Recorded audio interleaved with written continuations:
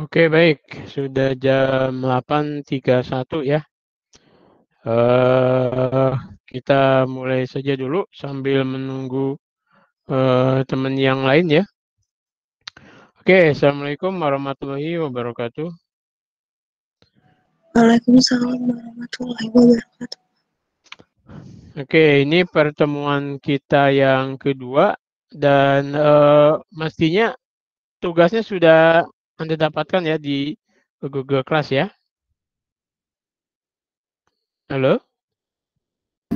Iya, Pak. Sudah, Oke, Pak. baik. Oke, jadi nanti ya seperti biasa nanti yang pertama itu ya biasanya nomor paling awal gitu ya. Jadi Anda ya nanti presentasi kira-kira ya 10 sampai 15 menit lah di akhir kuliah kita ya setelah saya gitu. Hanya itu aja. Nah, nanti ya presentasi bisa nanti yang menjadi penilaian saya adalah PowerPoint-nya sama ya Anda apa namanya, menguasai topik yang kita berikan, yang saya berikan ya. Nah, kemudian nanti di akhir ya, di akhir kuliah nanti makalahnya Anda buat, artinya dibuat dalam bentuk makalah gitu, format makalah nanti di-upload juga di sini ya, diberi nama dan nomor mahasiswa lengkap ya gitu. Itu dikumpul di akhir kuliah saja, nanti di pas minggu-minggu akhir ya, seperti itu. Oke, baik, di pertemuan kedua kita setelah minggu yang lalu kita pendahuluan ya terkait topik apa namanya akustika modern itu apa saja, kemudian cakupannya apa saja gitu ya. Jadi ini akustika modern cakupannya cukup luas sehingga multidisiplin ya, ilmu multidisiplin untuk bisa memahami ini ya. Tapi yang lebih penting seperti yang saya kemukakan di awal itu bahwa suatu ilmu itu tidak hanya kita mengetahui definisi atau perkembangan gitu. Yang lebih penting lagi adalah bagaimana kita menguasai itu dengan cara kita melakukan sesuatu yang memang orang lain belum lakukan ya gitu.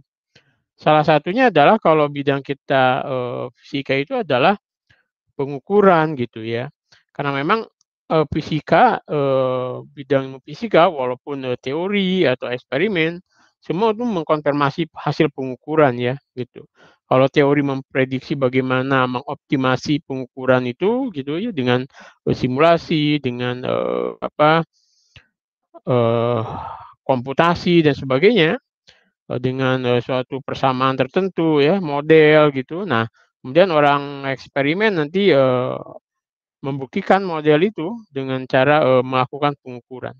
Termasuk di bidang akustika modern ini, sekali lagi kalau Anda hanya ingin dapat informasi, itu sekarang sudah banyak di Google, di Wikipedia ya, termasuk teori-teorinya gitu. Itu bisa Anda mastering benar di teorinya bisa Anda baca lah bolak-balik, buku juga banyak ya gitu. Tetapi yang lebih penting lagi dari itu semua adalah bagaimana Anda melakukan selanjutnya ya gitu dari informasi yang sudah Anda peroleh gitu.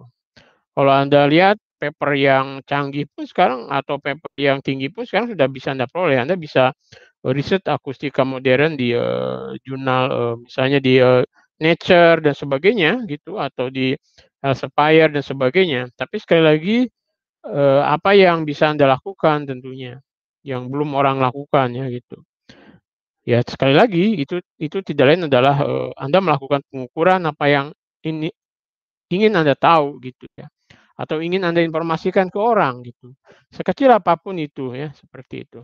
Oke, tapi karena ini adalah ilmu sains tentunya eee, di kuliah atau lagi ada kuliah ini tentunya kita eee, saya sebagai fasilitator artinya selaku dosen pengampu ya, itu akan memfasilitasi atau ya membimbing Anda gitu untuk menguasai bidang ini ya gitu.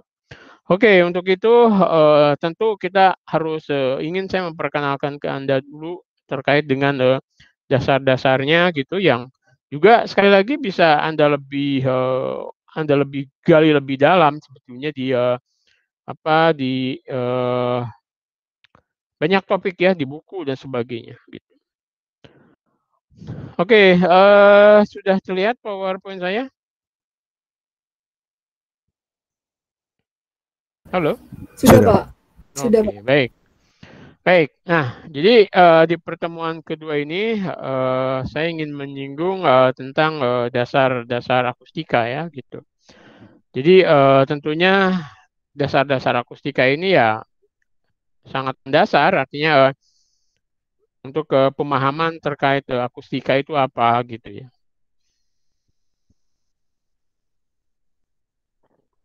Oke, saya mulai dari sini ya. Mulai dari kecepatan bunyi atau kecepatan akustik ya. Jadi akustik dan suara bunyi itu biasanya kalimat yang kadang-kadang bergantian gitu ya. Kadang-kadang kita sebut suara, kadang-kadang kita sebut bunyi, kadang-kadang sebut akustik ya gitu. Oke, jadi kita mulai dari ke pemahaman dulu kecepatan bunyi ya gitu. Yang tentunya Anda sudah paham, sudah tahu juga ya bahwa bunyi itu ya dia merambat dengan kecepatan tertentu ya gitu. Dan Anda tahu bahwa bunyi itu adalah gelombang ya kan gitu. Jadi istilah dalam tanda petik bunyi gitu atau suara atau akustik itu adalah gelombang dan itu adalah gelombang tekanan yang merambat gitu. Nah, jadi bunyi itu bisa bergerak karena dia gelombang mekanis ya. Tentunya dia memerlukan medium untuk bergeraknya kan gitu. Nah, medium yang bisa dirambat oleh bunyi tadi, jadi bunyi itu bisa merambat di medium padat, cair maupun gas gitu. Tapi dia tidak bisa merambat di vakum tentunya kan. Kenapa? Karena kalau dalam media vakum kan tidak ada media untuk perambatannya. Nah, kenapa makanya dia gelombang bunyi sering disebut dengan gelombang mekanik kan? Karena ada juga gelombang elektromagnetik kan gitu. Bedanya kalau gelombang mekanik biasanya perlu medium untuk perambatannya, sedangkan gelombang elektromagnetik itu tidak perlu medium. Malah kalau ada medium dia akan sedikit ada pelesapan energi. Malah dia paling bagus kalau di vakum kan gitu. Kalau di media vakum dia bagus. Tapi kalau ini tadi kalau gelombang mekanik dia perlu medium. Nah, jadi kalau Anda baca bukunya si Beranek dan Fair tahun 92 itu bahwa memang eh, bunyi itu didefinisikan sebagai gangguan tekanan yang merambat pada suatu material ya. Dan kecepatannya itu sangat ditentukan oleh sifat dari material itu sendiri gitu. Ya kita bisa berlogika bahwa perambatan yang dirambatkan itu adalah energinya ya kan gitu. Sehingga kalau medium perambatnya itu jauh-jauh seperti misalnya di udara dan sebagainya, maka kecepatannya tentunya akan lambat gitu. Ketimbang kalau si medium itu lebih rapat seperti padatan ya kan. Nah di padatan itu kan antara molekulnya sangat padat sehingga tentunya pengalihan energinya, perambatan energinya jauh lebih cepat gitu sehingga bunyi bisa merambat sangat cepat di dalam padatan yang rho-nya tinggi gitu loh kan seperti itu. Nah semakin kerapatan mediumnya semakin kecil ya perambatannya juga semakin kecil gitu. Nah ini yang dipakai orang kalau Anda sudah baca tentang fotooptik tomografi dan sebagainya ya. Jadi biasanya atau kalau Anda lihat di ultrasonografi dan sebagainya itu biasanya diberi medium. Mediumnya tuh bukan udara, tapi ada medium misalnya gel atau cairan itu biar perambatan akustiknya lebih cepat ketimbang di udara ya seperti itu. Oke, jadi gelombang bunyi itu merambat dalam fluida, jadi bisa dalam padatan ya gitu. Ya, karena dia tadi nanti kita lihat bahwa gelombang bunyi itu kan gelombang tekanan ya, yang itu dan dia gelombangnya longitudinal. Jadi ada padatan, rapatan, padatan dan sebagainya seperti itu. Oke, nah dalam gas misalnya di gas ideal, jadi kecepatan bunyi itu akan fungsi temperatur ya gitu. Jadi biasanya kalau kita lihat ya ini hasilnya orang ya, misalnya hasil dari eksperimen bahwa dia berakar dari ini ada GE atau faktor konversi satuan, kemudian ini ada eh, panas jenis ya, kemudian ada tetapan gas di sini, kemudian ini temperaturnya mutlak ya dalam Kelvin gitu. Nah, kita lihat misalnya ini G-nya 1 kg meter per Newton sekon kuadrat dan seterusnya ya. Kemudian ini ditentukan juga oleh kapasitas panas pada tekanan tetap atau kapasitas panas pada volume tetap ya CP. Ini kapasitas panas nih maksudnya. Gitu. Ya, misalnya pada suhu kira-kira misalnya mungkin 25 derajat Celcius atau di suhu kita suhu kamar ya. Agak lebih cepat ya. Jadi di 300 kita di 30 derajat Celcius kira-kira 340 meter per sekon lah kecepatan bunyi itu ya. Gitu. Oke, nah ini juga datanya sudah ada ya. Anda bisa search bahwa berapa kecepatan. Kemarin saya sudah menunjukkan juga. Misalnya Anda bisa lihat di hiperfisik ya berapa kecepatan rambat bunyi di berbagai medium yang fungsi temperatur ya gitu. Tinggal Anda masukin temperaturnya berapa, Anda akan dapatkan berapa C-nya ya gitu.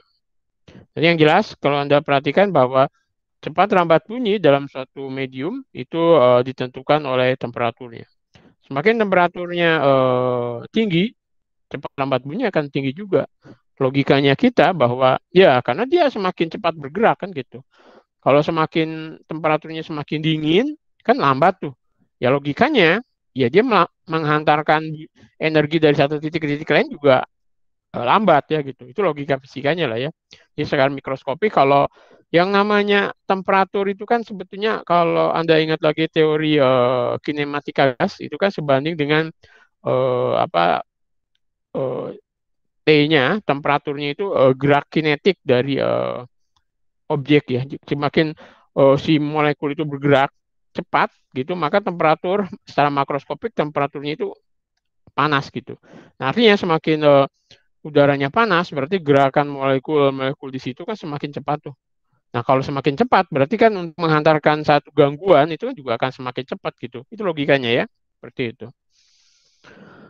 Oke, kemudian kecepatan bunyi dalam cairan atau gas itu umum diberikan oleh sini kan. Jadi ada dia tergantung dari modulus Bach dalam isotermal dan juga kerapatan fluidanya. Anda lihat semakin kerapatan fluidanya ini kalau agak kurang rapat artinya dia semakin cepat ya gitu. Nah, Anda lihat sini lambda B per rho ya di situ.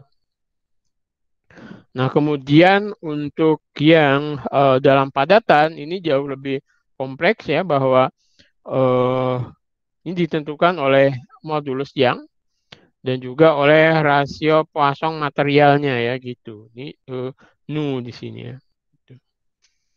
Nah, jadi kalau ditransmisikan melalui batang tipis gitu, jadi kalau misalnya ada batang tipis kecil gitu, maka dia hanya bergantung pada modulus yang sama rho-nya ya, gitu. Setengahnya. Itu dia ya. Oke, dan kalau kita lihat penjalanan gelombang kan seperti ini ya. Jadi gelombang misalnya ini ada permukaan yang katakanlah piston atau padatan, lempeng gitu. Kemudian kita gerakan berosilasi. Nah, yang namanya gelombang akustik itu adalah perubahan dari rapatan regangan dari medium di sini ya. Jadi kalau mediumnya terkompresi punya kompresibilitas gitu, nah, maka di sini ada rapatan, regangan, itulah artinya di sini ada rho-nya berubahan gitu, kerapatannya ada sehingga nanti kecepatannya kan sebanding dengan E per kalau dia medium ya per rho ya situ. Oke, itu jadi sifat dasar pertama adalah kecepatan akustiknya. Jadi ketika akustik itu menjalar, yang harus Anda sadari bahwa gelombang akustik itu memiliki kecepatan yang berbeda di setiap medium, ya gitu. Baik itu medium gas, padatan, dan juga liquid, ya gitu. Nah, semakin di situ nanti Anda perhatikan kalau dia semakin rapat, dia akan semakin cepat ya gitu. Ya tadi logikanya dia akan ada lebih mudah menghantarkan energinya ya gitu. Nah, tapi kalau Anda lihat di kecepatannya di medium gas itu sangat tentukan oleh temperatur ya gitu. Oke, sifat tadi yang pertama kecepatannya, yang kedua karena dia eh,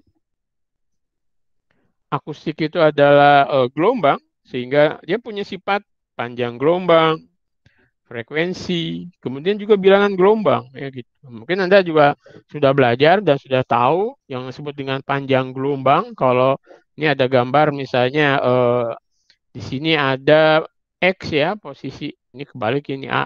Ini ke sini misalnya tekanan, kemudian ini adalah posisi, maka disebut panjang gelombang itu puncak dan puncak atau ini dan ini ya gitu. Ini satu panjang gelombang. Satu panjang gelombang. Satu panjang gelombang gitu. Ya gelombang namanya ya gitu. Terus atau satu periode ya kalau ini terhadap sumbu X-nya itu T, ini pressure-nya berarti ini satu periode ya. Nah, satu periode itu seperfrekuensi ya kan gitu. Satu periode dari satu titik ke titik dari titik A, B, C, D balik lagi ke A itu satu periode. Nah, nanti seperperiode itu dia adalah frekuensi ya gitu. Seperti itu ya. Nah, bilangan gelombang itu biasa sama dengan K sama 2 per lambda ya, seperti itu. Saya lupa. Oke ya, kan jadi kan kita Anda tahu yang namanya K gitu ya. 2 pi per lambda ya. Bilangan gelombang ya per meter ya, gitu.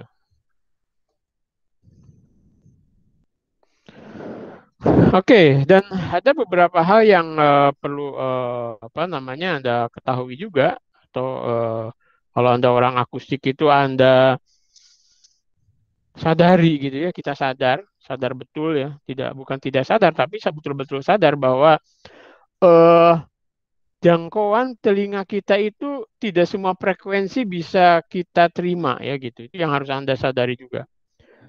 Jangan sampai nanti orang sudah ngambil akustik tapi masih nggak menyadari bahwa semua frekuensi bisa masuk ke telinga kita. Itu tidak ya, bahwa telinga kita itu sensitif dari frekuensi ada orang yang bilang 16 Hz, ada yang 20 Hz ya. Jadi antara 20 Hz sampai 20 kilohertz ya gitu. Atau ini ada yang orang bilang juga 16 Hz sampai 16 kilohertz ya, rata-rata plus minus lah gitu ya.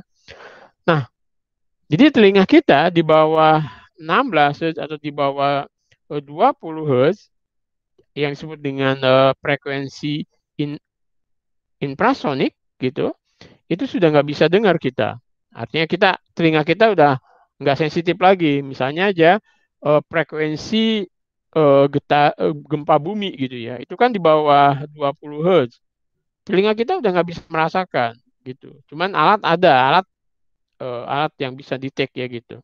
Cuman efeknya bisa kita gempa buminya bisa kita rasakan. Cuman frekuensi getarannya nggak bisa gitu karena dia di bawah 20 Hz. Begitupun telinga kita juga nggak sensitif kalau frekuensi bunyinya itu di atas 16 kHz atau 20 kHz, disebut dengan ultrasonik kayak gitu. Nah, ini maksudnya telinga normal loh ya. Kalau Anda bisa berarti nggak normal. Tapi ada manusia yang bisa itu Nabi Sulaiman ya kan gitu. Nah, Nabi Sulaiman itu lain ya ceritanya, itu ada sudah mukjizat ya gitu. Nah, kalau telinga kita itu kalau di atas 20 kHz kita udah nggak bisa gitu. Nah, kita sensitifnya ya di 20 Hz sampai 20 ribu Hz gitu. Nah, kalau telinga kelelawar, telinga kucing, konon ceritanya bisa nih mendetek frekuensi di atas 20 kHz atau 16, di atas 16 kHz ya gitu. Nah, kemudian itu ya yang harus Anda pahami juga ya, bahwa telinga manusia ini antara 20 sampai 20 ribu Hz. Di bawah atau di atas itu sudah nggak bisa gitu. Sehingga disinilah kalau kita ingin mendetek itu, kita perlu berpikir untuk membuat detektor yang bisa sensitif terhadap di bawah 20 Hz, di atas 20 ribu Hz. biasanya kita gunakan piezoelektrik atau apa gitu ya. Itu memungkinkan teknologi kan gitu. Ya kita manusia bisa mendetek dengan detektor ya bahwa frekuensi di bawah 20 Hz atau di atas 20.000 Hz kita bisa detek yaitu dengan alat bantu bukan dengan telinga kita gitu. Oke, kemudian nah kalau kita lihat lagi di orang sendiri ya, misalnya suara sopran nih. Suara sopran itu biasanya berkisar di antara 260 sampai 1000-an Hz ya gitu.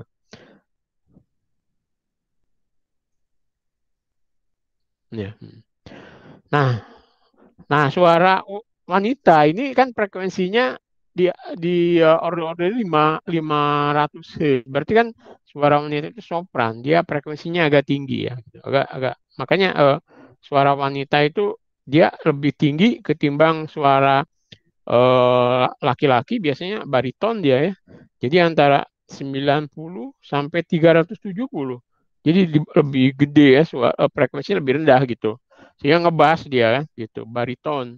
Nah, sehingga pria itu biasanya kita bisa lihat kalau yang wanita itu ya contohnya yang paling gampang itu ketika umur-umur menjelang dewasa, yang wanita itu cenderung lebih tinggi suaranya, frekuensinya. Laki-laki cenderung lebih ngebas. Karena memang dia bariton ya, jadi pria itu di atas rata-rata 200 Hz lah gitu. Beda ya frekuensinya. Gitu. Nah itu bisa, bener nggak sih ini? Nah, Anda ukur lah gitu kan. Bener nggak sih? Anda ukur aja frekuensi Anda. Gimana cara ukur frekuensinya? Ya pakai alat ukur frekuensi kan gitu. Nah, karena ini di antara 20 sampai itu telinga kita juga bisa dengar kan gitu. Cuman nggak bisa ngukur. Nah, cara alat ukurnya gimana? Ya bisa pakai visual analyzer, spectrum analyzer, just namanya spektral dan sebagainya. Nah, yang saya sebutkan tadi visual analyzer, spektral itu sekarang sudah banyak yang gratisan ya di Anda bisa download gitu. Alat-alat frekuensi seperti itu. Nah, itu bisa Anda lakukan. Misalnya nih Anda ingin ukur nih, bener atau gini, Anda pernah punya pemikiran nggak? Frekuensi orang, misalnya kan suara orang itu anak kecil misalnya umur-umur dari bisa ngomong itu kan umur kira-kira 3 tahun lah sampai kira-kira 10 tahun, 10 sampai mungkin 17. Nah, di 17 itu kan agak berubah dikit tuh. Kemudian sampai ke 30 sampai 45, nenek-nenek itu kan udah berubah lagi. Anda pernah ngukur nggak berapa perubahan frekuensinya suara nenek Anda, kakak Anda, teman Anda? Nah, kalau belum berarti itu saran Anda untuk riset juga kan gitu. Nah, ini yang ya atau bisa di search dulu di internetnya ada nggak sih? Kalau belum berdasarkan suku misalnya. Anda pernah dengar kan? Suku misalnya kalau Anda lihat dari Aceh, Batak sampai ke Papua, gaya ngomongnya itu beda atau nggak usah jauh-jauh Papua. Anda di Jawa Tengah sama Kebumen, Gombong, itu ngomongnya lain loh. Berarti frekuensinya itu beda gitu. Nah, Anda coba mengukur frekuensi orang-orang di ini bukan kesukuan, tapi kita ingin melihat gitu ya. Misalnya di Kebumen nih, orang-orang Kebumen itu frekuensinya itu kisarannya berapa gitu. Kok ngomongnya dilucu kan gitu. Beda dengan misalnya orang Solo, orang Surabaya, orang Madura, itu beda loh. Termasuk orang Sunda, Sunda pun misalnya ada dekat apa pantai, dekat gunung, itu beda gitu. Dan itu ditentukan oleh geometri gitu. Nah, jadi anak orang pantai biasanya cenderung lebih keras ketimbang orang gunung. Orang gunung biasanya lebih lembek gitu. Nah, geometri itu menentukan frekuensi suara. Nah, itu pun ya saya nggak tahu kalau ada orang ingin mendata itu kita sudah punya belum sih gitu. Kalau belum, itu juga ladang riset Anda gitu. Jadi banyak gitu hal yang belum kita lakukan dan itu mestinya bisa sebagai bahan skripsi itu gampang gitu. Tinggal Anda pakai visual analyzer ya atau kalau sekarang Anda coba aja di search di HP gitu frekuensi meter gitu kan. Frekuensi meter suara gitu, mungkin ada. Nah, kalau emang ada di HP kenapa tidak misalnya kita main ke Gombong, Kebumen, misalnya 3 daerah Anda ukur, Anda tulis, jadi skripsi kan. Terus nanti itu bagi orang Gombong misalnya, kemudian orang Jogja, orang ini, skripsi lagi kan bisa jadi bahan skripsi banyak sekali gitu loh. Kenapa kesulitan skripsi gitu loh? Kenapa Anda mikir yang terlalu jauh-jauh, lingkungan Anda aja nggak diukur kan gitu. Jadi untuk lulus sarjana fisika itu nggak sulit-sulit amat sebetulnya kan. Dan tidak perlu bahan mahal ya. Tinggal pakai HP Anda ukur frekuensinya, Anda catat gitu. Misalnya ibu ini, misalnya ini kan gitu. Sudah datanya Anda rekap, kemudian Anda sedikit pakai ada teorinya, pendahuluannya sudah jadi gitu loh. Jadi kemudian sulitnya di mana gitu. Nah, kemungkinan tadi kita kurang tanya-tanya dan nah yang membuat sulit itu kadang-kadang diri kita sendiri gitu loh. Kita nggak mau gerak. Kalau nggak mau gerak gimana ceritanya mau lulus tapi nggak mau nulis skripsi, nggak mau ngelakuin eksperimen, gimana mau lulus ya kan gitu. Dan kemudian dipersulit lagi dengan Anda ini bisa lulus malah stres sendiri kan. Anda sudah tahu, oke ukur ini, tapi juga nggak dilakukan. Oh ini kayaknya kemudahan. Mudah nggak mudah kalau nggak dikerjain mah nggak akan selesai ya kan gitu. Nah, kemudian yang sulit nih, tahu sulit misalnya mau mengukur suhu hantu misalnya kan ngawur banget tuh. Gimana pun ceritanya cuma ngelamun gitu, kapan ketemu hantunya ya kan gitu. Yang real saja mengukur frekuensi nenek-nenek misalnya. Neneknya ada di situ yang diukur aja suaranya. Ayo nek ngomong, Anda ukur ya kan. Nenek 1, nenek 2 gitu sampai 10 nenek kan banyak tuh nenek-nenek misalnya. Kemudian nih yang muda-muda Anda ukur. 10, nenek 10, anak yang muda 10, yang gadis 10, yang anak 10. Bisa 60, Anda tulis jadi itu di Kebumen misalnya. Terus ada Kebumen ke Sunda, kemudian kalau Anda memang ada di Sumatera ya Anda orang Sumatera itu kan frekuensinya kan lain juga gitu. Itu juga gitu. Jadi kemudian di mana kesulitannya gitu loh. Ya kan? Waduh, saya nggak punya dana. HP punya gitu kan, HP punya. Dan apalagi tinggal kalau usah kasih permen juga kalau nenek-nenek mah Anda ajak ngomong juga nggak mungkin minta. Saya udah diukur nih frekuensinya minta imbalannya kan nggak mungkin juga ya gitu. Seperti itu ya gitu. Jadi kalau sekarang ada mahasiswa masih kesulitan cari topik riset, suruh datang ke saya ya gitu. Kita cari aja mengukur frekuensi. Ini juga belum nih. Apalagi misalnya mengukur frekuensi burung ya kan. Burung kita itu, burung kita. Burung di Indonesia itu ya. Burung di Indonesia itu ragamnya banyak loh. Anda bisa main tuh. Sekarang kan lagi sepi tuh ke mana tuh? Juk kita itu Gembira Loka tuh kan. Gembira Loka itu kan ada taman burung tuh. Burungnya banyak gitu. Ukur aja satu-satu kan gitu. Diukur satu-satu gitu. Atau ya Anda mainlah ke pasar burung. Burung apa diukurin, burung emprit, burung apa. Kan frekuensinya beda-beda. Udah gitu. Berapa punya frekuensinya ya? Gitu. Oke ya. Jadi tidak ada lagi alasan untuk tidak selesai kuliah fisika ya gitu. Untuk skripsi itu tidak harus sulit-sulit gitu. Anda duduk di perempatan aja seminggu bisa lulus kok ya gitu. Oke, gitu. Oke. Kemudian kita lihat sebelum saya lanjutkan tes suara saya masih kedengar? Masih, Pak. Oh, oke. Nah, jadi kemudian yang panjang gelombang tadi kan. Jadi jelas Anda sudah tahu lah yang namanya panjang gelombang bunyi itu adalah cepat rambat bunyi dibagi frekuensinya, ya kan gitu. Jadi cepat rambat bunyinya berapa, kemudian frekuensinya berapa, Anda bisa tahu panjang gelombangnya. Atau kalau Anda tahu panjang gelombangnya, frekuensinya tahu, C-nya juga bisa Anda ukur ya. Gitu. Nah, kemudian parameter lain yang mendasar itu adalah bilangan gelombang, ya kan. Nah, bilangan gelombang itu kaitannya nanti dengan panjang gelombangnya kan, biasanya Kx min omega T, kalau dia gelombang berjalan loh ya. Gitu. Oke, ini ada satu contoh misalnya ya. Gelombang bunyi ini memiliki frekuensi 250 Hz ya kan gitu. Ditransmisikan melalui udara pada 20 derajat Celcius gitu, 25 derajat Celcius ya.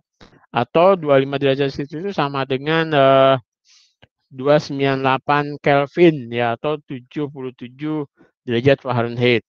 Ya Anda kalau Kelvin dan Fahrenheit tidak begitu common ya, maka pakai Celsius lah. Kalau bisa bayangkan 25 derajat Celcius itu seperti apa ya gitu. Agak dingin ya.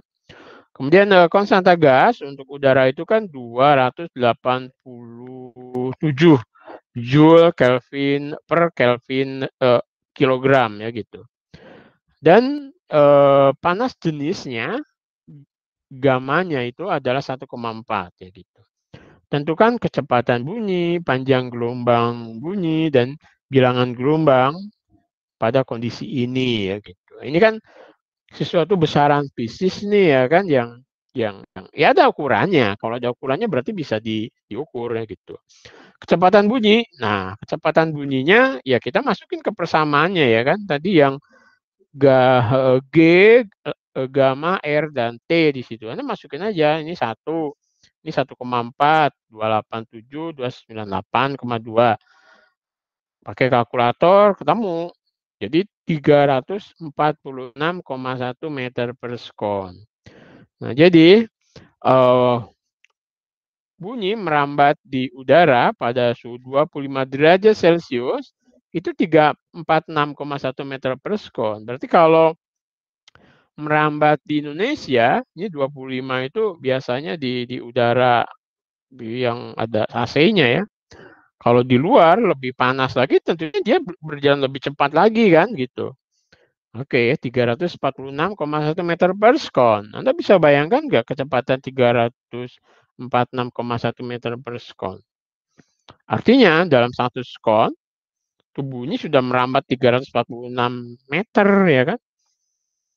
Dalam 1 sekon dari misalnya prit gitu, nah, kan Anda ingin mengejar, itu harus ditangkap di sana itu di 346. Jadi kalau misalnya saya dari sini nih, prit, maka pritnya itu sampai di 350 meter baru dalam 1 sekon sudah nyampe sana gitu. Kalau Anda mau ngejar. Kalau prit di sini di sana bisa ketangkap nggak kira-kira? Halo? Halo? Kedengeran? Halo, halo? Saya ingin tanya nih. Halo? Kalau saya punya fluid kan, fluid nih di titik nol. Terus saya bilang prit gitu. Kemudian Anda yang kira-kira katakanlah berjarak 346 dari saya, di situ bisa kedengaran nggak fluid saya itu? Tergantung amplitudo. Kedengeran, Pak. Nah, tergantung amplitudo yang pertama ya. Yeah. Yang kedua juga ada resapan energinya enggak kan gitu ya. Anda nanti lihat bahwa bisa jadi ketika 346 itu amplitudonya sudah berkurang banyak ya kan, karena ada resapan energi kan. Nah, nanti kita akan lihat bahwa intensitas bunyi di satu titik itu kan bisa dia berbanding terbalik dengan kuadrat jaraknya kan. Jadi intensitasnya bisa jadi sudah berkurang ya. Jadi watt per meter kuadratnya itu di 346, jadi kan teorinya kecepatannya segitu gitu ya. Tapi ketika di 346 itu bisa jadi juga sudah intensitasnya sudah menuju nol ya, sudah nggak ada, bisa jadi kan gitu. Makanya ya tergantung dari dayanya, dari daya ketika amplitudonya tinggi, dayanya tinggi, ya 346 masih kedengaran bisa jadi. Tapi kalau rendah misalnya tit gitu aja kita bilang tit, mungkin udah nggak ada. Kenapa? Ya karena dia sudah di intensitas. Kalau dia intensitasnya titik, maka dia akan disebarkan ke segala arah kan. Dan intensitas di satu titik berjarak R dari titik tertentu, kalau dia intensitasnya titik, nanti kita bahas juga, itu sebanding dengan 1/R kuadrat gitu loh. Artinya kalau semakin jauh, dia mendekati nol gitu. Jadi ya, seperti itu. Oke. Nah, itu yang harus Anda sadari juga ya. Nah, jadi C-nya sekian, yang jelas lajunya sangat cepat. Ya. Bisa Anda bayangin lagi, kalau cahaya itu kan 3 kali 10⁸ meter per sekon ya kan. Jadi ketika klip gitu, itu dalam 1 detik sudah 3 kali 10⁻8 meter gitu. Berarti, tapi apa di tanah sudah bisa melihat itu juga? Belum tentu juga, karena dia kan terradiasi dan itu fungsi jari-jari bisa lesap juga gitu. Jadi kalau orang kan ada dulu, kalau Anda pernah dengar anekdot, karena kekekalan energi, kemudian suara kita masih bisa ngejar suara Soekarno katanya. Ya lucu juga ya. Ya bisa kalau energinya Anda kumpulin semua, bisa jadi kalau direkonstruksi mungkin bisa, tapi kan sudah terlesapkan, jadi panas lah, jadi apa, ya tetap aja nggak bisa gitu loh. Itu logikanya ya. Gitu. Oh, kan energi itu tetap gitu, artinya conserve. Ya konsep, tapi jadi bentuk lain. Ya kalau misalnya Anda kumpul-kumpul selama penjalarannya itu, ada yang kena bambu, ada yang macam-macam gitu, dikumpulin lagi, ya mungkin bisa. Tapi kan sesuatu yang ya tidak masuk akal ya gitu. Oke, nah kemudian panjang gelombang untuk frekuensi 250 Hz itu berapa? Nah, karena C-nya kita sudah dapat nih, cepat lambatnya berarti lambdanya ketemu kan gitu. Tadi kan C sama dengan lambda kali frekuensi ya gitu. Berarti lambdanya adalah C per frekuensi. Dia 1,3 atau 1,4 meter ya panjang gelombangnya. Ya panjang gelombangnya, lambdanya itu 1,4 meter. Puncak ke puncaknya itu 1,4 meter gitu. Ya kan, satu panjang gelombang. Gitu. Artinya kalau itu Anda masukin dalam apa itu namanya pipa gitu, kemudian Anda ingin melihat frekuensi standing wave dan sebagainya, Anda bisa bayangkan tuh, ya kan? Ini itu kan, maksudnya panjang gelombangnya di sini kan di standing wave itu kan satu panjang gelombang, setengah panjang gelombang, kan gitu. Nah itu bisa Anda bayangkan tuh, nanti setengah panjang gelombang sebanding dengan L. Nah kalau misalnya L-nya tahu, panjang gelombang bisa cari, atau kalau panjang gelombangnya tahu, L-nya bisa dicari tuh untuk misalnya standing wave. Misalnya ini contoh untuk kalau Anda riset di bersama Pak Isan ya di termoakustik gitu. Jadi di situ ada standing wave, kemudian Anda ingin standing wave-nya pada ordo berapa, L-nya berapa, nah itu perlu ya gitu. Termasuk nanti kalau dia merambat dengan kecepatan berapa, macam-macam, itu bilangan gelombangnya bisa dicari ya. 2pi per lambda ya, seperti itu. Oke? Oke. Jadi dua sifat tadi, kecepatannya sudah, kemudian panjang gelombang, frekuensi, kemudian bilangan gelombang ya sudah. Nah, sekarang kita lihat sifat dasar ketiga itu adalah tekanan dan kecepatan partikel akustiknya. Nah, ada istilah tekanan dan kecepatan partikel akustik. Ini sangat fundamental sekali dan harus Anda pahami bahwa yang namanya akustik itu adalah tekanan ya. Dan tekanannya itu adalah selisih tekanan. Jadi kalau tekanan datang, kemudian di situ kan kita ini di alam ini kan ada fenolnya. Jadi kita ini ada di suatu fenol. Jadi tekanan alam ini, atau kalau kita sebut satu atmosfer ya kan gitu di fenolnya kita. Nah, kalau Anda sekarang mendengar suara saya, berarti di telinga Anda itu sekarang ada perubahan tekanan gitu. Perubahan tekanan dari asalnya fenol, tiba-tiba ada suara saya, atau di earphone atau di apa Anda lah gitu. Itu jadi ada delta P gitu loh. Jadi ini sebetulnya delta P. Walaupun kita sebut P itu, tapi ini adalah delta P dari fenol min asen gitu. Atau P asen min fenol lah. P asen min fenol gitu. Ya. Jadi ada, nah yang kedengaran oleh Anda ini sekarang, A. Anda dengar A kan? A. Itu adalah P asen min fenol gitu. Nah, kalau sekarang coba berhening dulu, nggak dengar apa-apa kan? Nah, itu adalah fenol. Nah, ketika saya bilang A, nah, dia kedengar A kan? Atau Anda dengarnya C. Nah, itu berarti agak lain tuh. Salah mikrofonnya mungkin. A, nah, A itu berarti saya sudah memberikan Anda P asen. Dikurangi V0, jadi P gitu. A, B, C, D. Ya kan?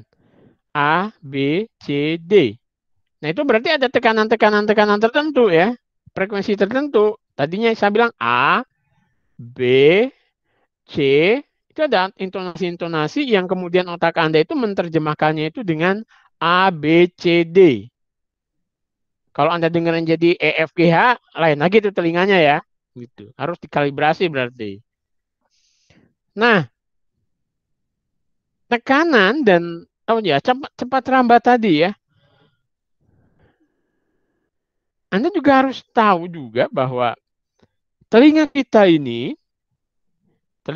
loh ya, yang normal ini, itu bisa dengar suara itu karena ada perambatan energi ya kan. Artinya tekanan itu merambat ke genderiang telinga. Nanti Anda coba search ya tentang telinga, hearing gitu, ada banyak ya di situ, isi di Google juga. Di situ tuh ada rambut-rambut kecil yang bagian dalam, saya juga lupa namanya ya. Itu sebagai sensor kita bisa membedakan gitu, mendengar ya. Dan sensor itu pemberian Tuhan yang Maha Esa ya gitu. Karena kalau sensor itu rusak, itu nggak bisa tumbuh lagi gitu. Dan sampai sekarang belum ada teknologi yang bisa menambah sensor rambut di dalam koklea kita itu. Nah, kalau Anda misalnya sering dengar headset lebih dari 5 jam, kemudian lama-lama itu kokleanya rusak, itu akan rusak permanen loh. Nggak bisa kita kasih rambut palsu di situ. Nah itu makanya Anda harus hati-hati di situ ya gitu. Nah untuk yang penting itu kan ada apa namanya bisa sensor kita menangkap.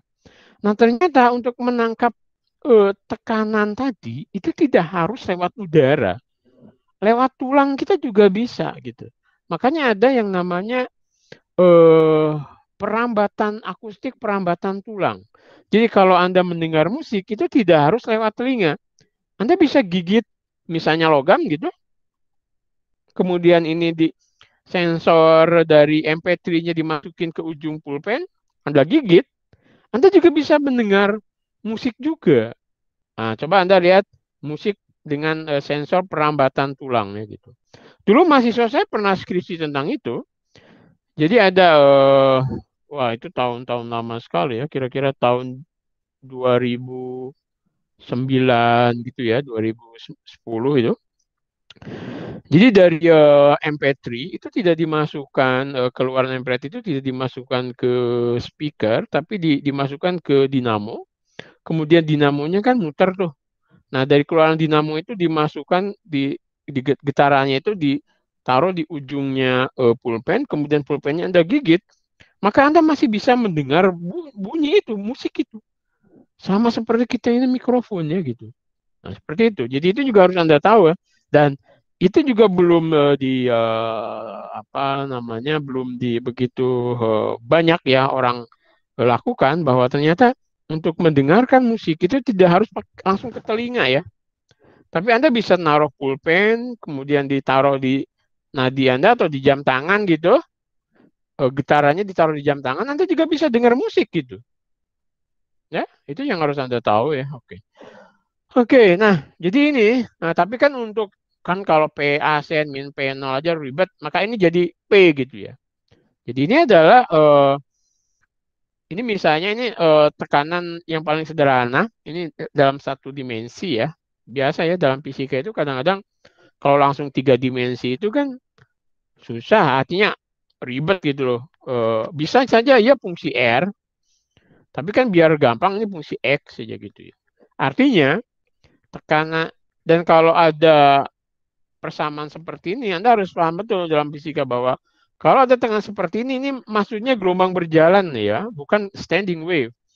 Jadi gelombang berjalan, jadi X-nya berubah, T-nya berubah. Jadi ketika T berubah, X berubah. Berarti dia berjalan ya kan.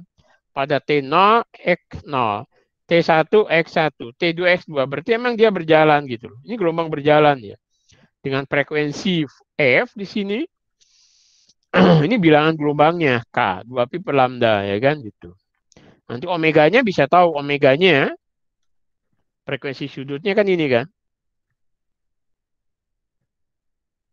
2F ya. Itu ini. Kayaknya 2pi per lambda panjang gelombang, ya kan gitu. Jadi dia merambat dan kalau 2 omega min kx itu berarti dia merambat ke kanan ya. Gitu. Oke, jadi ini ke X positif ya, seperti ini.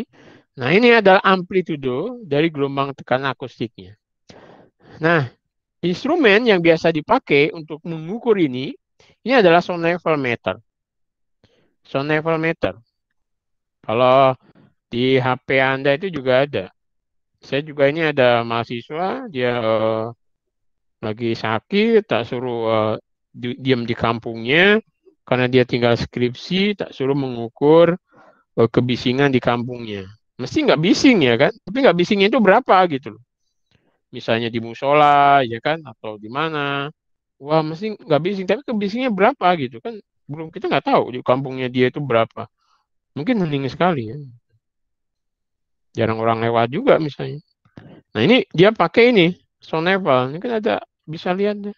Oke. Jadi ini sound level namanya, pengukur tingkat kebisingan ya. Gitu.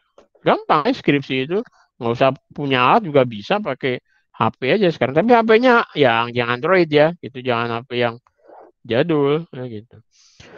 Oke, jadi nanti instrumen akustiknya seperti sound level meter itu tidak mengukur amplitudo, tapi dia mengukur root mean square ya gitu. Yang sebanding dengan amplitudo. Nah, jadi tekanan RMS ini didefinisikan sebagai akar kuadrat dari rata-rata kuadrat ya ini akustik ya selama satu periode getaran. Jadi P kuadrat dihitung gitu. Nah, PRMS itu sama dengan P maksimum per akar 2.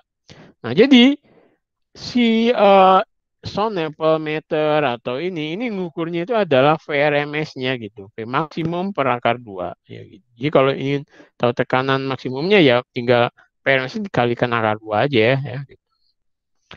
Nah, kemudian kecepatan partikel akustik sesaat itu didefinisikan sebagai gerakan lokal partikel fluida ketika bunyi melewati material. Jadi gini, jadi ketika saya bilang A, Anda dengar A ya, itu kan ada partikel yang itu kan tidak, si energinya itu tidak berjalan, tapi yang berjalan bolak-balik itu partikelnya gitu loh, berosilasi. Nah, kecepatan osilasi partikel itu disebut dengan U ya. Ya, kecepatan partikel akustik itu juga RMS-nya juga ya. Nah, jadi tekanan akustik RMS dan kecepatan partikel akustik RMS itu terkait dengan impedansi spesifik. Nah, jadi impedansi spesifik itu bergantung pada medium ya gitu. Jadi P itu sebanding dengan impedansi dan kecepatan partikel akustiknya.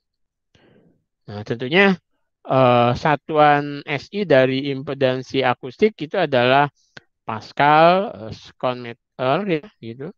Nah, kita ini kan satuannya ini Pascal ya, tekanan Pascal, U meter per sekon. Berarti kan kalau Z di situ adalah P per U. Jadi Pascal sekon meter per meter. Pascal sekon, yang disebut dengan satu rail ya gitu. Ini juga penghargaan untuk Rayleigh ya gitu. Satu rail itu 1 Pascal sekon per meter. Nah, untuk gelombang akustik bidang gitu maksudnya ya. Nah, impedans akustik spesifiknya adalah fungsi dari sifat fluida saja gitu. Impedans akustik spesifik untuk gelombang bidang disebut impedans karakteristik. Nah, diberikan oleh ini gitu. Tadi ada rho-nya, itu kerapatannya, cepat lambatnya, terus ini adalah faktor kesebandingan tadi ya. JC itu bisa ditulis 1 dan sebagainya loh. Ini JC-nya kan. Ini di sini saya juga lupa. JC, nah ini. Gimana tadi? Nah ini dia. Faktor konversi satuan lah gitu. Faktor konversi satuan.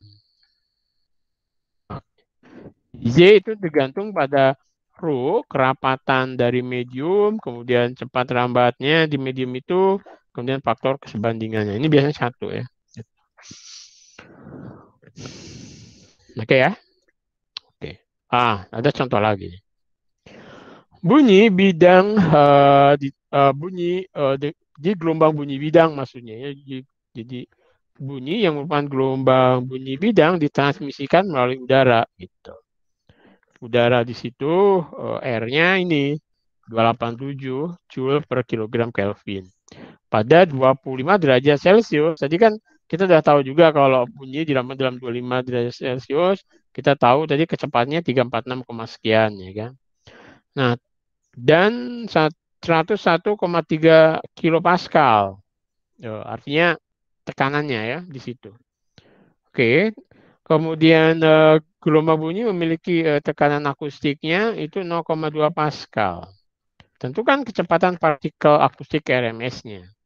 Artinya ini contoh aja kita ingin tahu nih, kalau misalnya P0-nya itu 101,3.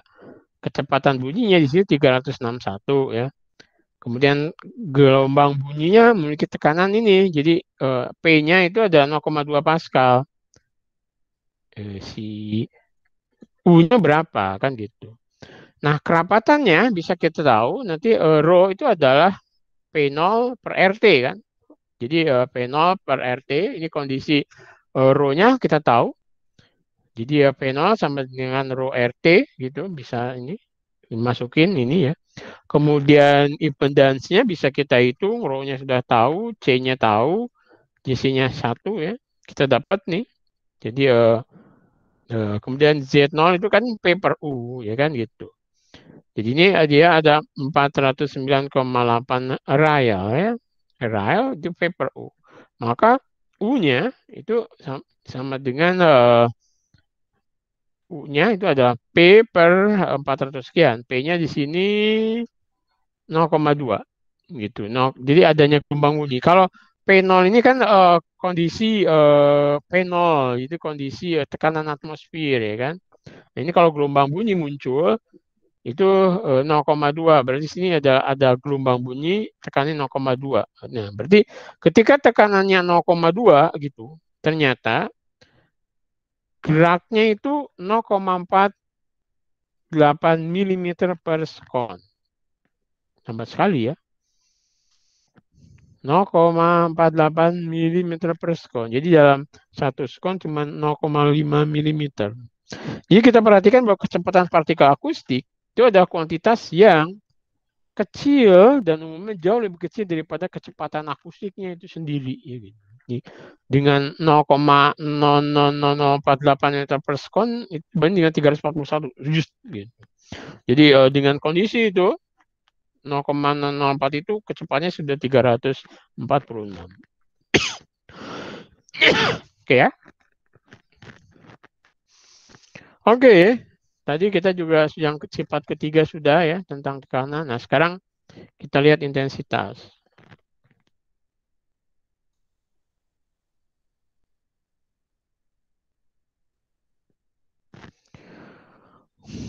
Oke, intensitas akustik dan rapat energi akustik.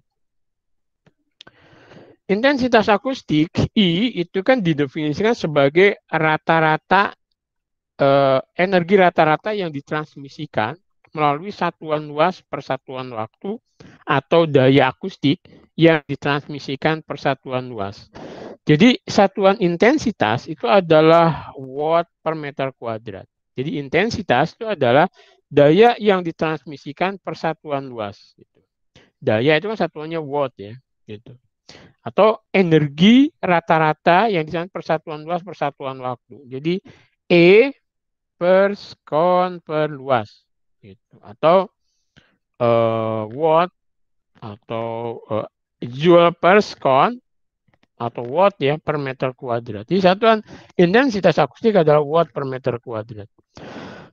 Untuk gelombang bunyi bidang ya intensitas akustik itu terkait dengan daya akustik dan luasannya. Jadi I itu adalah watt per luasan ya per di sini S-nya itu surface ya gitu. Nah, untuk gelombang bunyi bola, jadi untuk gelombang bunyi bola yang itu adalah artinya bola gitu, dia melebar seperti itu, maka intensitasnya itu adalah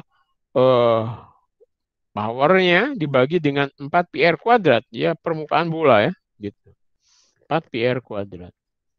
Nah, untuk kasus umum di mana bunyi tidak diradiasi secara seragam dari sumbernya, tetapi intensitas akustik dapat bervariasi sesuai arah, maka jadi kalau I sama dengan watt per 4 pi r kuadrat itu kan kalau ke segala arah dia isotropik.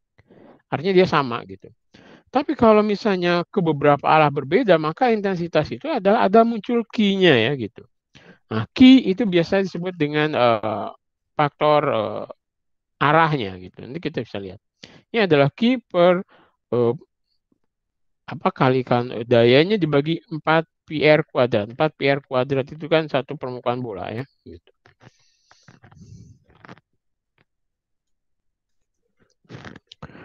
Nah, kita bisa lihat bahwa intensitas akustik dapat dikaitkan dengan tekanan akustik RMS ya gitu. Nah, daya akustik rata-rata persatuan luas. Nah, rata-rata selama satu periode untuk gelombang akustik itu ini. Jadi jadi ini kalau Anda integral kan itu. Nah, kita akan dapatkan nanti P itu adalah akar dari P RMS sin 2 ya ini omega T ya. Oh, ini salah nih. 2 PF ini kurang T-nya. Jadi ini ada F-nya. Jadi 2 PFT ya. Min KX. Ini sorry ya. Ada giniannya. Ini juga ya. Jadi 2 PFT min KX. Jadi ini ada omega. Jadi tidak 2 P aja. 2 PF ya.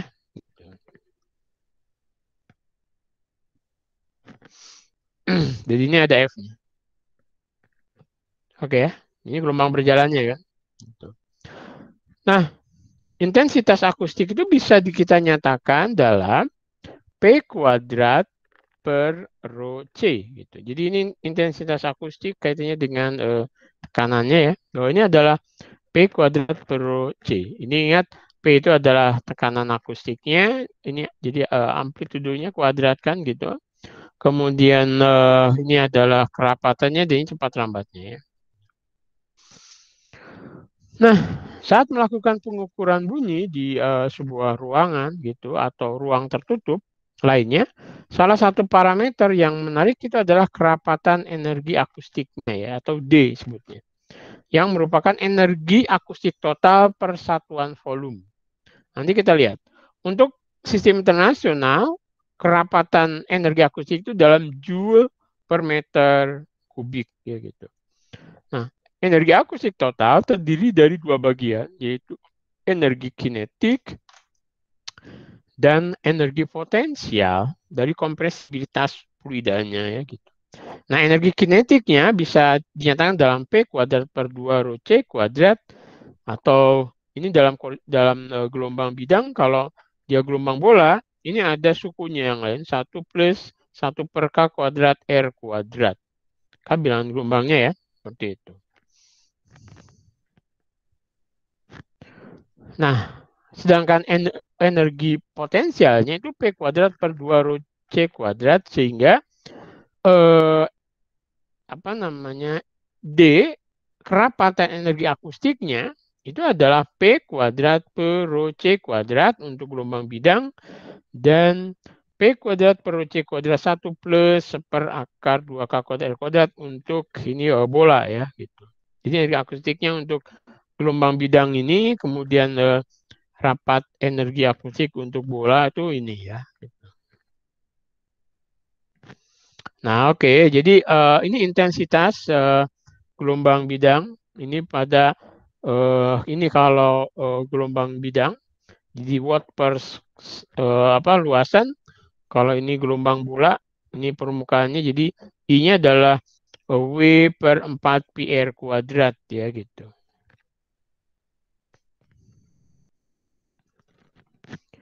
Oke, ini ada contoh lain.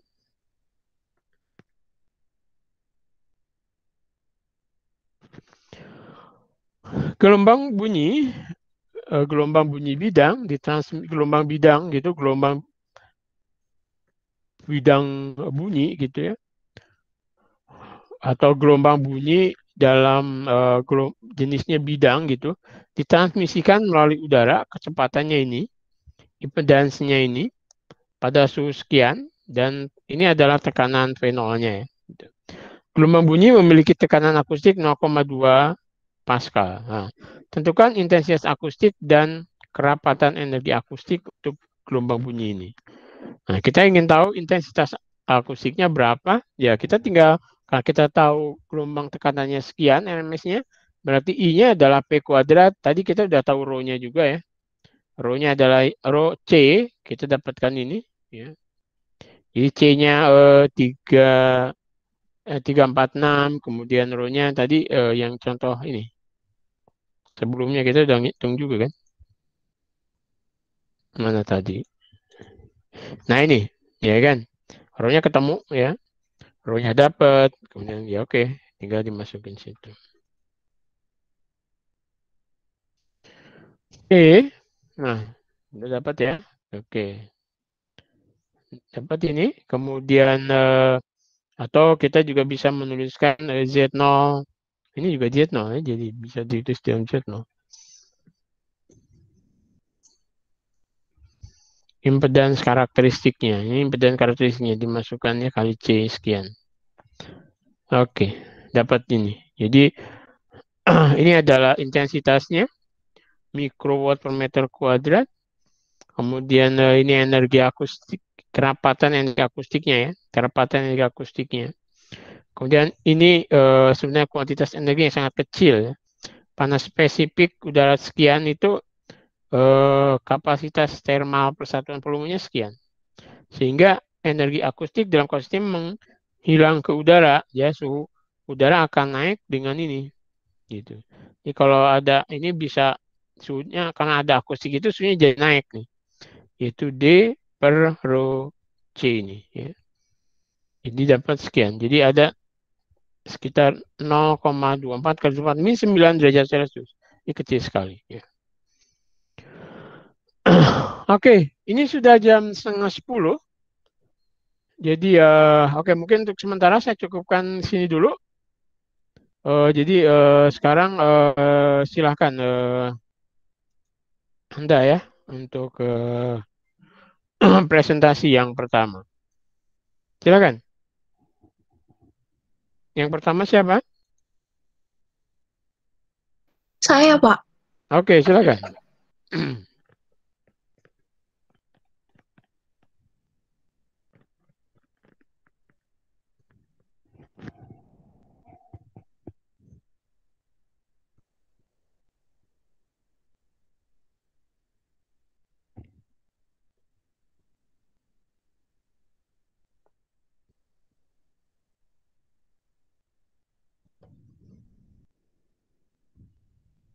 Suaranya belum kedengar, Mbak.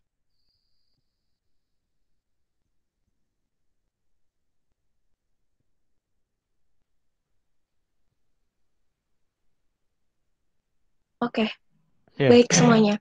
Selamat pagi semuanya. Presentasi saya akan dalam keadaan kamera off karena kondisi yang kurang kondusif di sini. Kemudian presentasi akan saya mulai.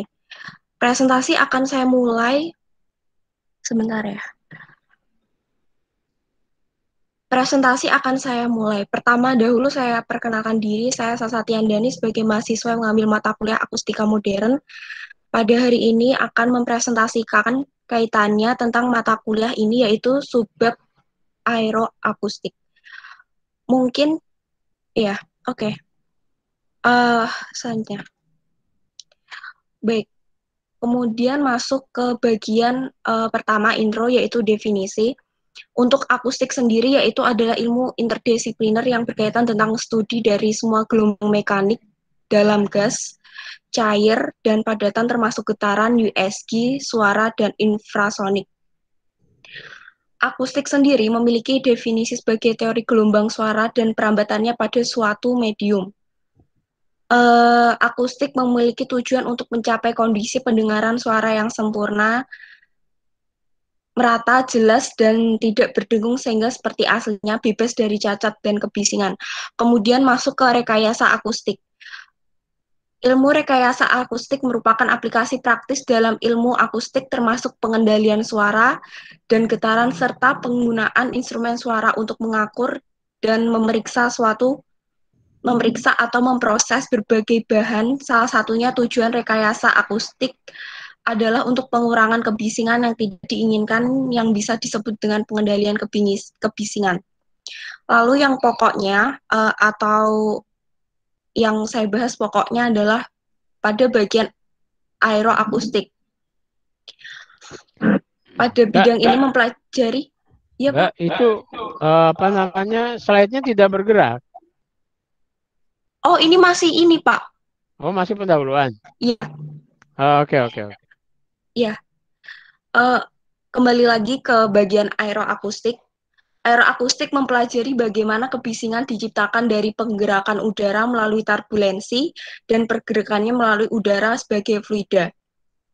Di sini memainkan peran penting dalam memahami bagaimana kebisingan diciptakan pesawat udara dan turbin angin, juga untuk menjelajahi potensi instrumen musik yang digerakkan oleh angin. Kemudian masuk yang ke bagian keduanya, fenomena aeroakustik. Aeroakustik sebenarnya mirip halnya suara yang dihasilkan secara aerodinamis. Aerodinamis itu seperti kajian pergerakan udara, khususnya ketika udara tersebut berinteraksi dengan benda padat. Dari hal tersebut menimbulkan beberapa masalah, diantaranya beban fluida yang tidak stabil pada strukturnya, menyebabkan pancaran suara yang tidak stabil karena perpindahan fluida. Kemudian dari hal-hal tersebut terjadilah fenomena aeroakustik merupakan kontributor utama kebisingan. Seperti yang saya tulis di sini, kebisingan mesin pesawat, kebisingan baling-baling, kebisingan motor, kebisingan kipas, kebisingan rongga, nada kabel dan benda berbentuk silinder yang melintang angin, kebisingan badan pesawat di pesawat, kereta, dan mobil berkecepatan tinggi, serta kebisingan di katup dan nozzle, dan lain-lainnya. Lalu, analogi aeroakustik. Pada bab ini, secara umum, analogi aeroakustik diturunkan dari persamaan Navier-Stokes yang dapat dikompresi. Kemudian, Navier-Stokes ini yang dapat dikompresi disusun ulang menjadi berbagai bentuk persamaan gelombang akustik yang tidak homogen. Dalam persamaan ini, istilah sumber menggambarkan sumber akustik. Mereka terdiri dari fluktuasi tekanan dan kecepatan serta tensor tegangan dan istilah gaya. Perkiraan diperkenalkan untuk membuat istilah sumber tidak tergantung pada variabel akustik. Dengan cara ini, persamaan linearisasi diturunkan yang menggambarkan perambatan gelombang akustik dalam medium istirahat yang homogen.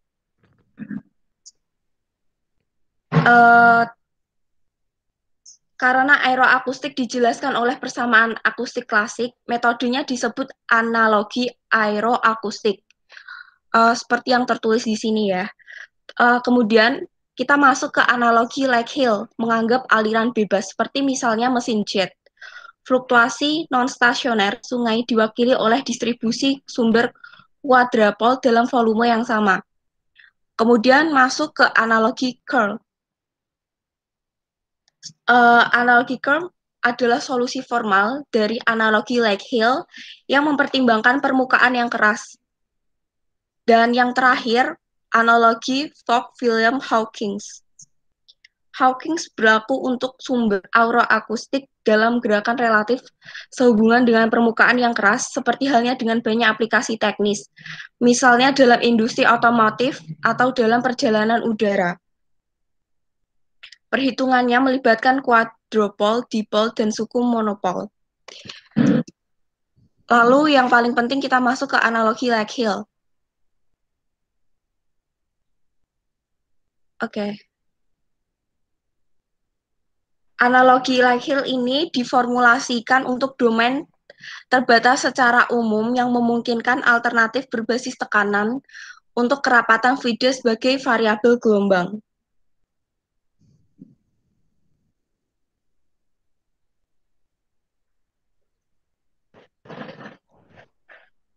Terus keuntungan relatif terhadap versi standar adalah sumber permukaan ekuivalen yang diperlukan untuk masalah nilai batas tidak melibatkan kerapatan lokal. Kesulitan yang dihadapi dari komputasi aeroakustik dengan prosedur ekstrapolasi gelombang standar karena adanya ketidakhomogenan densitas di seluruh permukaan kontrol. Dengan demikian dapat dihindari.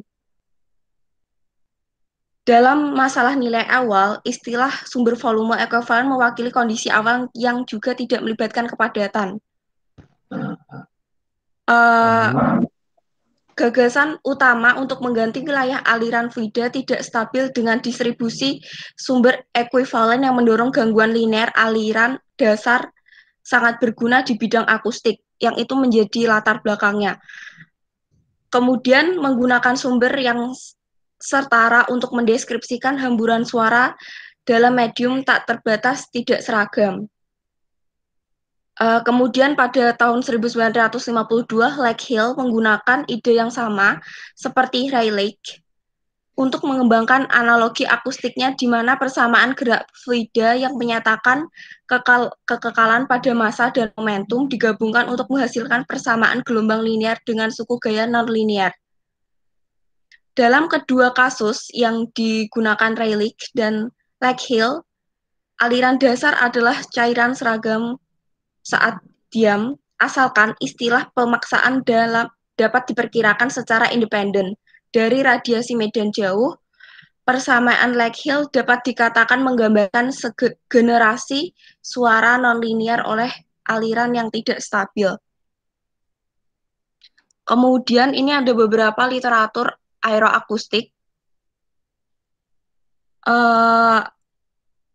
yang bisa terlihat di sini. Mungkin cukup sekian presentasi dari saya. Penjelasannya hanya mencakup basic teori tentang aeroakustik. Hal yang berkaitan tentang aeroakustik lebih jelas detail dapat dicek melalui beberapa rekomendasi referensi yang telah saya berikan di sini. Semoga membantu menambah wawasan. Atas perhatiannya saya ucapkan terima kasih. Oke, terima kasih Mbak. Oke. Ya Pak. Oke. Itu tadi itu apa namanya, ini kan ada 7 slide, tapi itu nggak gerak loh slide-nya itu. Atau emang gitu ya? Oh, iya memang begitu Pak. Nggak, maksudnya itu cuma slide awal aja yang Anda muncul. Oh iya. Mm-mm. Oh iya maaf Pak. Oke. Oke, yang lain ada yang mau tanya nggak Pak, tentang izin bertanya, Pak. aeroakustik? Hah? Ingin Oke. bertanya tapi bukan tentang lebih ke materi yang tadi Bapak sampaikan, boleh? Boleh, silakan. Oke, ada beberapa pertanyaan sih Pak yang ingin saya tanyakan. Pertama, kan pembeda frekuensi itu nada ya Pak? Jadi Enggak, dari nada itu karena frekuensinya berbeda, nadanya berbeda. iya, jadi kayak untuk telinga kita bisa membedakan frekuensi dengan nada kan. Iya. Tapi kenapa kita bisa ngebedain nada yang sama dari dua instrumen yang berbeda gitu, sedangkan frekuensinya sama. Oke, itu dulu aja ya. Karena Itu. memang masing-masing itu independen Mas kalau yang akustik itu. Nah, telinga kita itu bisa apa namanya? Gini. Jadi dari sumber yang berbeda itu telinga kita itu dan memang masing-masing itu masuk ke telinga kita itu sendiri-sendiri gitu loh. Bisa dipahami? Walaupun kadang-kadang bisa berinterferensi juga. Mungkin Pak, maksud saya sih lebih ke dari pandangan fisika gitu, faktor yang ngebedain nada do di gitar sama nada do di piano itu apa Pak? Nah, bisa juga nada di gitar, nada do di ini itu mesti frekuensinya sama nggak? Harusnya kalau do sama ya Pak. Bisa jadi nanti frekuensinya sama, amplitudo berbeda. Nah, kalau amplitudo berbeda, bisa jadi daya akustiknya yang berbeda. Sehingga masuk ke telinga kita itu juga masing-masing. Saling melengkapi. Kita juga bisa membedakan dua gitar kan, walaupun nadanya sama gitu kan. Misalnya gitar 1, gitar 2, ya kan. Terus masing-masing ada petik ya, nadanya sama gitu. Sebetulnya telinga kita juga masih bisa membedakan karena frekuensi antara dua gitar itu belum tentu sama persis gitu. Masih ada delta R. Nah, nanti kita melihatnya intensitas total yang kita terima itu juga nanti bisa kita lihat intensitas dari masing-masing gitu kan gitu. Dan totalnya loh ya. Tapi kita tetap masih bisa membedakan. Baik, Pak. Halo Mas. Ah. Apa saya lanjut ke pertanyaan? Oke, iya silakan. Oke. Ini saya kepikiran aja sih, Pak. Soalnya kan saya pernah baca atau saya nonton, saya lupa. Katanya kenapa kita bisa mendengar suara kita sendiri kan pertama karena dari dalam bisa kedengeran. Nah, kedua pantulan dari udara, Pak. Jadi gelombang Pantulan dari suaranya dari media lain gitu. ya dari media lain yang akhirnya masuk ke telinga kita. Nah, kira-kira ada nggak Pak keadaan ideal di mana gelombang bunyi itu bisa nggak ada yang terpantul sama udara, tapi tetap bisa merambat? Maksudnya sebentar. Diserap semua sama dindingnya gitu? Lebih ke jadinya gelombangnya cuma berjalan ke depan doang gitu, apa menjauhi. Oh, menjauh kita gitu ya? Iya, nggak Ya ada yang bisa aja. Itu Anda diam di tempat yang nggak ada apa-apanya. Kan gitu kalau mau ideal. Jadi Anda diam di bulan yang itu nggak ada apa-apanya. Jauh banget gitu. Kalau Anda masih diam di rumah penduduk masih ada pantulannya. Dan itu pun kecil sebetulnya, Mas. Ya kalau mau diam di lapangan yang sangat luas, Anda diam di tengah. Kemudian Anda ngomong, gitu. Mesti itu cuma nyebar toh. Tapi bukannya itu tetap kita bisa ngedengar suara kita dari telinga ya Pak? Kalau kayak Iya beda. karena gini, kita ngomong nih, itu kan jelas omongan keluar kita itu sebagian yang masuk ke telinga kita kan ada di luar kita toh. Ini dengar juga. Bisa dibayangin? Bisa sih Pak. Lah iya. Karena kita ngomong nih keluar itu telinga kita itu mendetek udara sekitar toh. Jadi dia merambat dari itu kan jadi kayak bola ke segala arah sama Mas. Coba Anda tutup telinga Anda. Anda bilang ini gitu ya cuma dari dalam aja. Nggak dengar Anda dari luar. Bisa dipahami? Ya bisa Pak. Ya. Oke, terima kasih Pak. Oke, ya. Oke, ada yang lain? Oke, tentang aeroakustik itu sebetulnya menarik loh. Jadi aeroakustik itu adalah akustik di udara ya gitu. Jadi dia terutama sebetulnya bagaimana memodifikasi di airplane ya di udara karena adanya di pesawat gitu ya turbulensi dan sebagainya ya. Itu sesuatu yang untuk teknologi itu sangat menarik sebetulnya aeroakustik. Cuman di kita juga belum begitu didalamin ya gitu.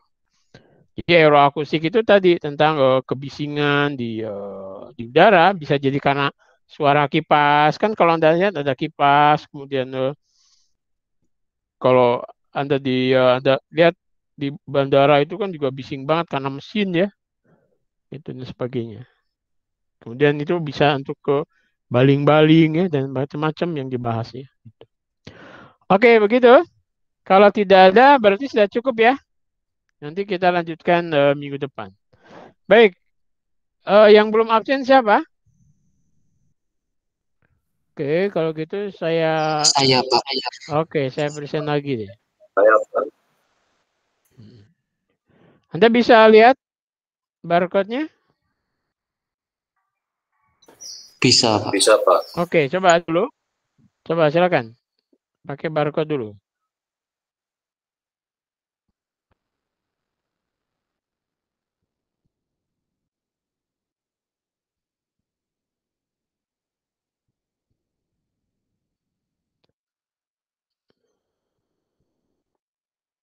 Oke. Ada yang masih belum bisa? Saya, Pak. Belum bisa ya? Oke. Iya. Kita manual saja kalau gitu.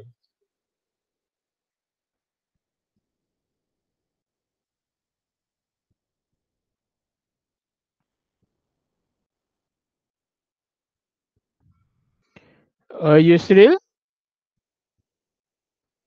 Yusril ada? Ismi? Hadir, Pak. Ismi ada. Yusril ada nggak ya?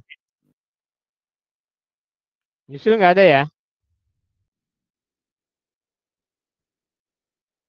Oh, ini ada 9. Yusril.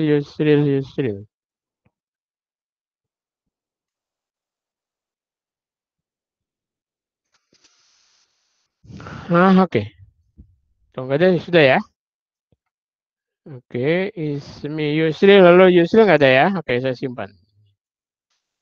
Oke, kalau begitu, oke, saya tutup ya kuliah kita. Terima kasih. Assalamualaikum warahmatullahi wabarakatuh. Sampai ketemu minggu depan ya. Iya. Terima kasih, Pak. Oke. Terima kasih, Pak. Terima kasih, Pak. Oke. Terima kasih, Pak. Oke.